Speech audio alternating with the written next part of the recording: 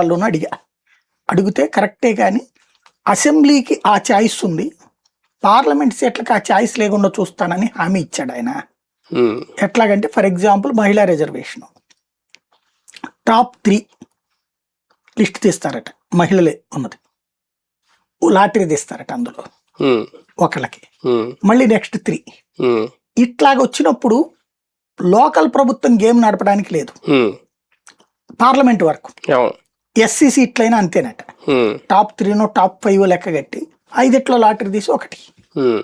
ఇది చేసేది కేంద్ర డీలిమిటేషన్ కమిటీ కాబట్టి ఇందులో ప్రభుత్వాలు కావాలని కెలకడానికి లేదు. అక్కడ ప్రభుత్వాలు ఇచ్చేది డేటా, ఏది నియోజకవర్గం ఇప్పుడు 13 పెంచాలంటే ఇంకో నియోజకవర్గాల్లో తగ్గించాలి కదా, అది కొంత వీళ్ళ కేసులుబాటు ఉంటుంది పార్లమెంటు దాంట్లో.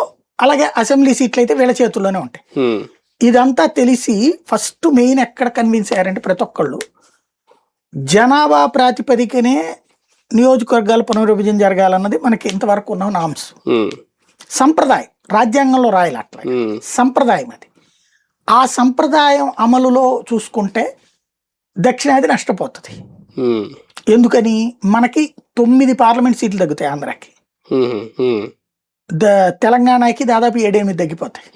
అంటే ఉన్న 25లో